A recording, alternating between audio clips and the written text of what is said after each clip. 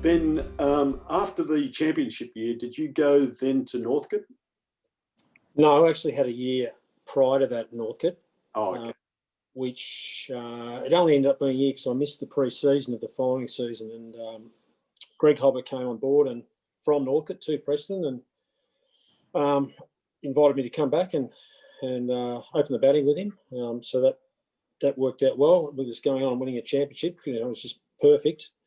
I did then go to Fitzroy Doncaster for a couple of seasons. I had my best mate from school was Brendan Joyce, who was a really good player. He won a Ryder medal a few years after that. And their coach was John Scholes, who I'd met a couple of times. I think when we trained in at the bat and ball, Scholes was running it. He was always and I'm pretty sure I had a coaching lesson with him at some stage when I was younger. He was an amazing character, but a great man to play under. He was just fantastic. And my first year there, their first actually won the competition, beat Melbourne, who he called them the Silver Spoon mob. Who had a star-studded lineup with Hodge and Cook and Templeton, and I think it was the keeper and a couple of others I can't remember now, but the Fitzroy boys knocked them off. From Fitzroy, my career sort of changed. I joined the police force, so I ended up moving around a little bit and played some cricket in the country. And cut a long story short, I ended up back at Preston in 07, 08 as assistant coach. David Tate was the coach for the first two seasons. Then I took over as coach in 10, 11.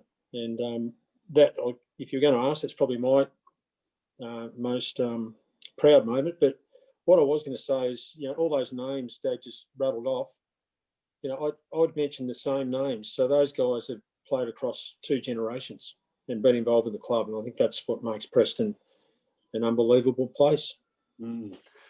Actually, one that I missed, I've probably missed a few names, but one I'd particularly like to give a shout out to is one of our closest mates, Springer, Dennis Davey, who is a bit reclusive, Dennis, but I hope you tuned in, mate, and I hope we can catch up soon. But Dennis was a fantastic cricketer, and I think, and a footballer. I think he may have been selected to play first 11 for Preston variously as a batsman, as a wicket keeper, as a medium post bowler, and as a leg spin bowler. So that gives testament to the talent that was around Preston in those days. Ben, it's quite unique. You effectively started with the club, spent a lot of time as a youngster. I remember you, you're obviously in primary school or even a bit younger, to go all the way through and eventually coach the club. I don't think anyone else has done that, and unlikely to do that going forward. So it must have been a tremendous honour. Yeah, well, I certainly didn't think it would happen back in those early days, and probably only became a reality. Sort of, I had 7 seasons at Caulfield when I first came back to Melbourne, and that was a tough choice initially because I suppose ideally I would have gone back to Preston, but I was living on the south side, and it just was easier to with commuting and training and all that sort of thing. So, but towards my end of my time at Caulfield, I developed a real love of coaching. Started coaching junior teams more often and things like that, and I thought to myself, well, I'd really love to coach a senior team or a senior club. And Preston became vacant, and David Tate got the job, and he was terrific, and I was lucky to be his deputy initially. And then when David retired, I took it on, and unfortunately, it was only one season. I took up a position in Papua New Guinea as a cricket development officer, because by that stage I wanted to make cricket as my career rather than just a part-time thing. So this opportunity came up and went over there. And when I came back, I didn't actually go back to Melbourne. I got a job in Canberra. So haven't been back to Melbourne since sort of 2010. How did the club go in that year that you coached them? Not as well as what I would have liked. We didn't win a premiership. We only had a couple of teams make finals. The ones, you're testing me here. It can't have been too good a year because I can't remember exactly where they ended up. I think we had a team that was capable of finals and just didn't quite get there. Yeah. What's your approach to cricket? What's your cricketing philosophy? Number one, enjoyment. You've got to enjoy what you do, and probably number two, give yourself the best opportunity you can to play well. And I think back at my early days and the late Friday nights I had, and I was still thinking I'd make runs on the Saturday. It was just pretty wishful thinking, but you just do everything you can, and it's a hard game. Cricket's particularly batting. It's one of the most difficult sports you can play, but if you can do everything you can to make things a little bit easier by the way you prepare and those sorts of things, you've much more chance of being successful. Mick, you were pretty relaxed with your approach to cricket. I never saw you sort of stressed too much around the place.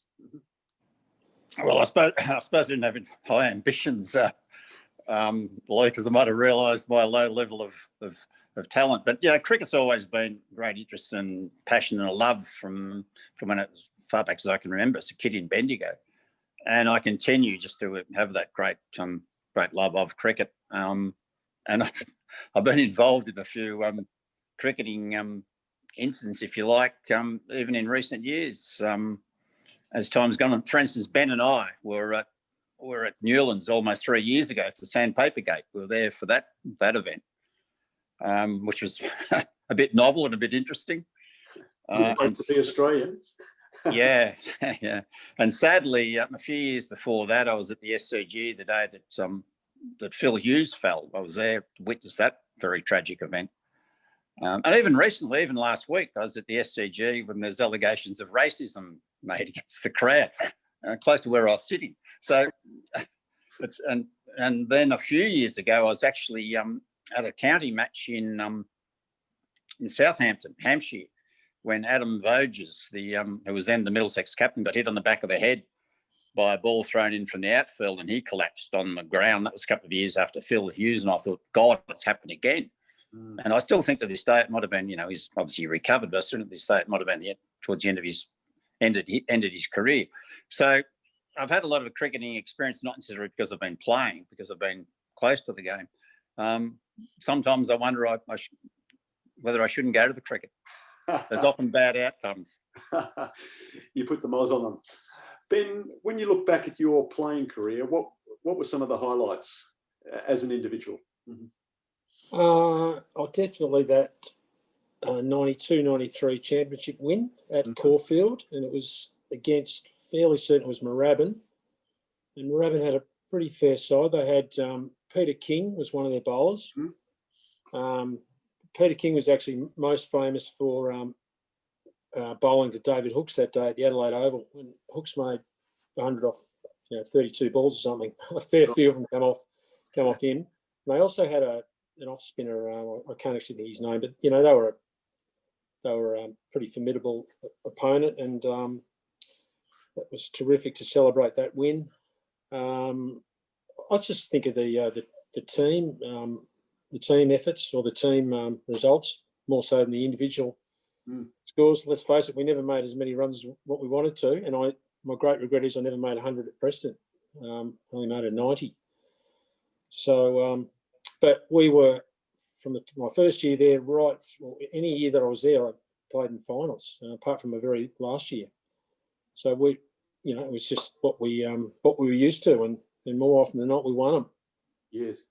We're celebrating, as you might know, at a function on February 6, the fabulous 90s, or the golden era of the club. So it must have been one hell of a period to be involved. Yeah. Who were some of your favourite players at Preston during that time? Oh, there's many. No one could outdo the Bear, though, Eddie Rottenfelds. Right. I played probably a season and a bit with him, week in, week out. Amazing. Obviously, towards the end of his best cricket, but he could still land the ball on a dime and take wickets. Loved playing with Brian Duggan as well. Brian had a great sense of humour. Really kept things on a hot day. He kept things good fun out in the field. Trevor Staples and I opened a fair bit. The other one I was going to mention it's just slipped my mind. While I'm thinking of that, though, in terms of favourite people at the club, I really wanted to make sure I mentioned Dick Norris because, Dick was just. I shouldn't say he held the place together because, he did have a lot of support, but Dick was Preston throughout that whole time Dad was there, and when I was here, and he's still doing it. At this time in his life. He's just a magnificent man, and to have committed so many years of his life. The people at Preston now certainly should be indebted to him. Yes, well said. I was down at the club a week or so ago, and he was scoring in the ones, and I looked at the scorebook, and I've never seen a scorebook look so good. It's just impeccable. It was nearly as good as June Jones, Mick. Yeah, the heart and soul of the club in my time was with the ladies, Lee. Yes. And I remember, I think we had the reputation of putting on the best afternoon tea in sub-district cricket. And that was due to people like Jean Liddickett. I can't remember Jean having any affiliation with a cricket club as such. I mean, she was involved with a football club for about 50 or 60 years. Other people like Jess Garnett, Tony's mum, Izzy, Brian Duggan's mum, and a few others. And then, of course, Maura and my wife became involved. And I think Gingsy, Jill Baggett, and a few of the other wives and girlfriends. And that was almost the gold standard. And that was the standard that we're all keen to see continue on. Yes. That was another part of the attraction, just the spirit within the club. It was a family club. Everyone was involved. It was just a great time. And as Scratch, Graham Mitchell agrees with me, the 70s was also the best time for music. And that often happened late at night after a day's play on Saturday. Pink Floyd and a few other avant-garde artists like Mike Oldfield and one or two others. Well, we're just about at the end. So thank you very much for your time, guys. It's been just fantastic to see father and son. You're both absolute gems and well respected around the club and well remembered. So thank you very much for your time. One thing that's moved, we have moved on from the old VB days, Lee. There's a beer we drink up here called Broken Shackles. So cheers to everybody. That's James Squire. It's James Squire. Let me tell you a story about James Squire.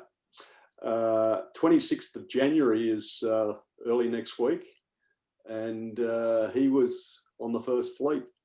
He happens to be my great-great-great-great-grandfather 5 times removed. Well, there you go. And believe it or not, from where I'm sitting right now, I can just about see the Malt Shovel Brewery, which is about 300 metres away. On that note, thank you very much, guys.